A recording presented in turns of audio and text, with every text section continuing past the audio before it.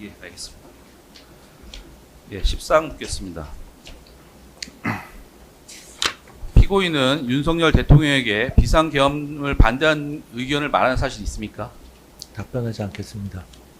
증인은 수사 과정에서도 피고인이 윤석열 대통령에게 비상계엄을 반대한다는 말을 듣지 못했다 이렇게 일관되게 진술한 바가 있는데 맞습니까? 답변하지 않겠습니다. 밑에 묻겠습니다. 증인은 이 사건 비상계엄 전 피고인이 국회에 출석하여 계엄 준비를 의심하는 야당 측의 질문에 대해서 야당의 의석이 절대 다수인 상황에서 야당이 계엄 해제 요구를 의결하면 즉시 계엄을 해제할 수밖에 없는데 어떻게 계엄을 하겠느냐라는 취지의 답변을 한 사실 알고 있습니까? 답변하지 않겠습니다. 그렇다면 이 사건 비상계엄 선포 전에 대통령 집무실에서 윤석열 대통령이 비상계엄을 선포하겠다는 뜻을 밝혔을 때 그 자리에 있던 피고인이나 다른 국무위원들이 그 당시 국회 상황에 비추어 비상계엄 정국이 과연 언제까지 유지될 수 있을지 그 실효성에 대해서 강한 의문을 제기하면서 계엄에 반대하는 취지의 의견을 제시한 바가 있습니까? 답변하지 않겠습니다. 야당이 국회 의석의 과반수를 점하는 상황에서 국회가 계엄 해제 요구를 의결하면 더 이상 비상계엄이 유지될 수 없는 것인데 이에 대한 대비책으로 군을 국회로 출동시키는 상황에 대한 논의나 설명이 있었기 때문에 다른 국민들 모두 계엄 선포의 실효성에 대해서는 의문을 제기하지 않은 것이 아닙니까? 답변하지 않겠습니다. 10번 묻겠습니다. 대접견실 CCTV 영상을 보면 다 같이 집무실에서 대접견실로 나올 때인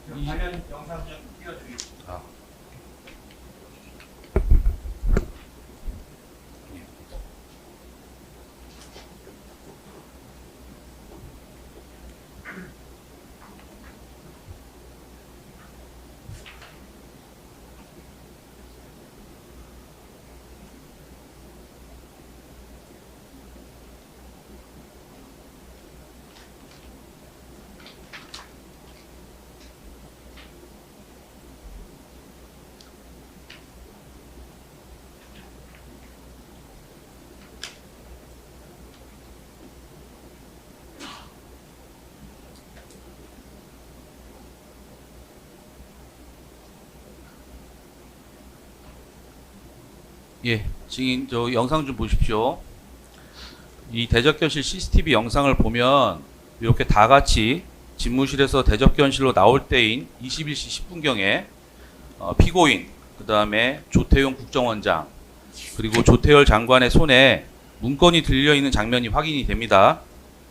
해당 문건이 무슨 내용이고 누가 준 것인지 진술해 보시겠습니까? 답변드리지 않겠습니다. 피고인의 손에는 2개의 문건이 들려있고 나중에 안주머니에서 문건을 꺼내 읽기도 하는 등 집무실에서 총 3개의 문건을 받아온 것이 확인이 되는데 증인은 이를 하나도 보지 못했습니까? 답변드리지 않겠습니다.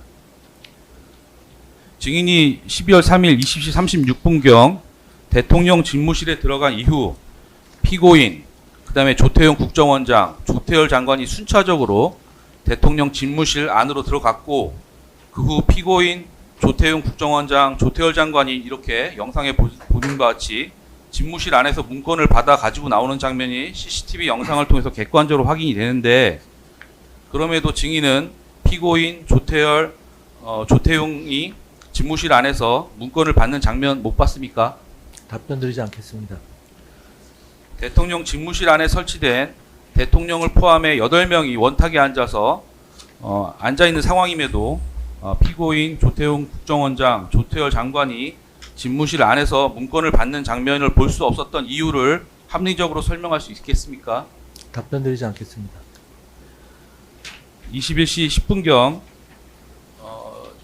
증인을 비롯해서 다 같이 대접견실로 나온 직후인 21시 11분경 김정환 수행실장이 집무실에 들어갔다가 21시 12분경에 나오고 21시 14분경부터 강의구 부속실장과 김정환 수행실장이 조기용 장관, 최상목 부총리, 오영주 장관, 송미령 장관, 안덕근 장관, 박상호 장관에게 대통령실로 들어오라는 연락을 돌리기 시작했는데 어떻게 해서 이들을 추가 국무위원들을 부르게 된 건지 설명해 볼 수 있겠습니까? 답변 드리지 않겠습니다. 18항 묻겠습니다. 증인과 피고인 등이 집무실에서 대접견실로 나온 다음에 대접견실에서 국무회의를 해야 된다 이런 논의가 있었고, 이후 피고인이 윤석열 대통령에게 건의를 해서 그때부터 국무회의를 하기 위해 국무위원들을 추가 소집하게 되었다 이렇게 진술한 바가 있는데 맞습니까? 답변 드리지 않겠습니다. 그런데 김정은 수행실장이 윤석열 대통령으로부터 추가로 소집할 국무위원 명단을 받은 것은 21시 12분경, 그러니까 증인과 나머지 피고인 등이 대접견실로 나온 지 2분 뒤 바로 이루어집니다.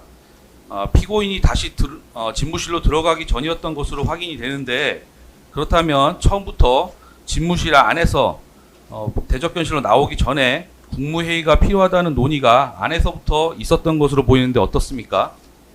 답변 드리지 않겠습니다. 이에 대해서 김정환 수행실장 역시 21시 12분경 윤석열 대통령의 지시를 받고 추가로 국무위원들을 부른 것인데, 그와 같은 지시를 받기 전 집무실에서 피고인이 요건이라는 말을 하는 것을 들었고, 누군가 정족수라고 하는 말도 들었다. 이를 듣고 강의구 부속실장과 함께 추가로 국무위원을 부를 때 국무회의를 하려나 보다라고 추측하는 내용의 대화를 하였다. 이런 취지로 진술하고 있습니다.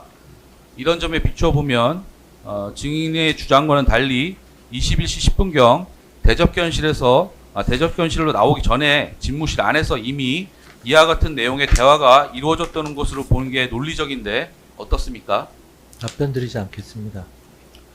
결국 증인의 주장은 대접견실로 나온 이후 국무위원들끼리 국무회의가 필요하다는 의견을 모았고, 이에 대해서 피고인이 윤석열 대통령을 설득하기 위해서 집무실 안에 한 번 더 들어갔다 나온 것이다 이런 주장을 계속 이어가겠습니까? 어떻습니까? 답변 드리지 않겠습니다. 그러면 피고인이 집무실에 다시 들어갔다 나와서 뭐라고 말하였습니까? 답변 드리지 않겠습니다. 대통령께서 국무회의를 하기로 하였다 이렇게 말하였습니까? 답변 드리지 않겠습니다. 조태열 장관은 피고인이 국무위원을 더 모아서 의견을 들어보아야 한다 이렇게 말씀드렸다고 말했을 뿐 국무회의라는 말은 하지 않은 것으로 기억한다 이렇게 진술한 바가 있는데, 국무회의를 하기로 하셨다 이렇게 말한 것이 맞습니까? 자세한 것은 저에 대한 재판 과정에서 제가 자세히 말씀드리도록 하겠습니다. 예, CCTV 영상 21시 13분경부터 14분경까지 영상 보시겠습니다.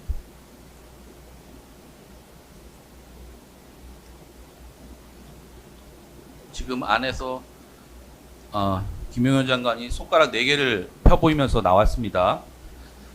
국무회의 의사 종족수에서 4명이 모자랐던 시점에서 김용현 장관이 집무실에서 나와 피고인에게 다가가 손가락 4개를 펼쳐보면서 무언가를 말하는 장면입니다. 이 장면이 확인되는데, 이때 김용현 장관과 피고인이 어떤 대화를 했습니까? 말씀드리지 않겠습니다. 21시 28분부터 21시 29분까지 영상 보시겠습니다.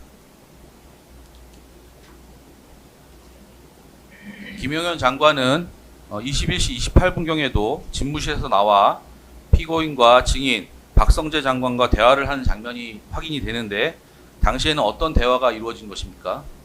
답변 드리지 않겠습니다. 외교부 장관 조태열의 진술을 보면 대통령 집무실에서 나온 직후에 김용현 장관에게 그럼 군대가 이미 다 대기하고 있는 겁니까? 라고 물었을 때 김용현 장관이 그렇다라고 답하였다고 진술한 바가 있습니다. 증인과 피고인 박성재 장관도 김용현 장관과 군 병력 동원 상황에 관해서 대화를 나눈 것이 아닙니까? 답변 드리지 않겠습니다. 비상계엄은 병력으로서 군사상 필요에 응하거나 공공의 안녕 질서를 유지할 필요가 있을 때 선포하는 것인데, 대통령이 비상계엄을 선포한다고 했을 때는 현실적으로 군을 동원할 만한 아무런 소요 사태가 없었다는 것은 누구나 다 알고 있는 상황입니다. 그런데 정작 군을 어디로 이동할 것인지에 대해서 피고인과 국무위원들 사이에서 아무런 논의조차 이루어지지 않았습니까? 저에 대한 재판 과정에서 자세히 말씀드리도록 하겠습니다. 야당이 국회 의석의 과반수를 점하는 상황에서 계엄 전국을 실효성 있게 유지하기 위해서는 국회로 병력을 출동시켜서 국회의 계엄 해제 요구 의결을 저지해야 한다는 것에는 대통령과 그 당시 미리 집무실에 모였던 국무위원 그리고 국정원장까지 모두 공감대가 이루어져 있었던 것이 아닙니까? 답변 드리지 않겠습니다. 증인은 이날 윤석열 대통령 또는 김용현 장관으로부터 언론사 단전 단수에 관한 지시사항이 기재된 문건을 받았죠. 답변 드리지 않겠습니다. 질문은요?